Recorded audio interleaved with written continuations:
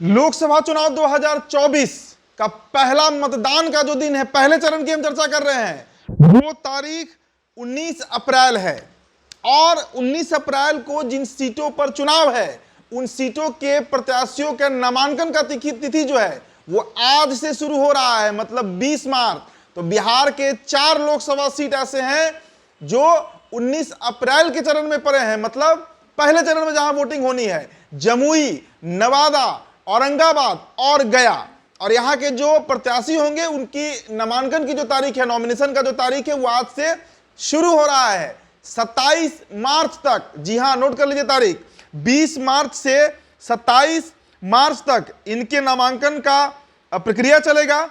27 मार्च तक उम्मीदवार जो है वो नामांकन दाखिल कर सकेंगे। 28 मार्च को चुनाव आयोग उम्मीदवारों के कागजात की जांच करेगा।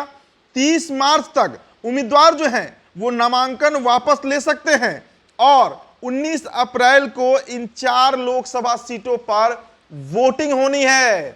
तो एनडीए गठबंधन की तरफ से जो सीट का बंटवारा हुआ है, लेकिन प्रत्याशियों के नाम फाइनल नहीं किए गए हैं, तो ये उम्मीद है कि आज शाम तक इन सभी 4 लोकसभा सीट पर प्रत्याशियों के नाम एनडीए की तरफ से, और 1 से 2 दिन के अंदर महागठबंधन के उम्मीदवार कौन बनेंगे उनके नामों का खुलासा हो जाएगा। अब देखिए, जो 4 सीटें हैं उसमें सबसे पहले औरंगाबाद, सुशील सिंह सिटिंग एमपी हैं, मौजूदा सांसद हैं। उम्मीद जताई जा रही है कि उनका टिकट नहीं कटेगा। पहले जेडीयू कोटे में जाने वाला था औरंगाबाद, लेकिन बीजेपी ने वो सीट रखा और सुशील सिंह वहां से प्रत्याशी फिर बनाए जा सकते हैं।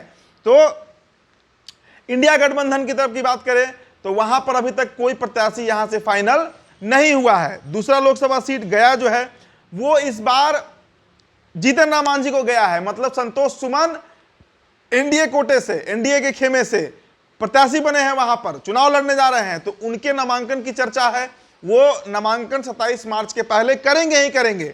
इंडिया गठबंधन से कौन होगा उसका अभी कोई पता नहीं है। जमुई की बात करें तो चिराग पासवान वहां के सिटिंग एमपी हैं, लेकिन जो खबरें हैं कि वो सीट उन्होंने अशोक चौधरी की बेटी संभावी चौधरी को दिया है। तो अगले 7 दिनों में यह बात क्लियर हो जाएगा कि जमुई से प्रत्याशी कौन बनेगा। लोजपा रामविलास की तरफ से इंडिया गठबंधन से नाम अभी तक फाइनल नहीं है।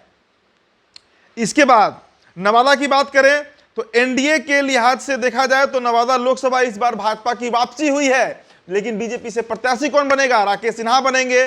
कौन होगा वो नाम? चंदन सिंह बन सकते हैं, सुरेश सिंह लॉबिंग किए हुए हैं बीजेपी में। जो भी होगा वो नाम अगले 2-4 दिनों में बिल्कुल क्लियर हो जाएगा, क्योंकि नामांकन की तारीख 27 मार्च तक है।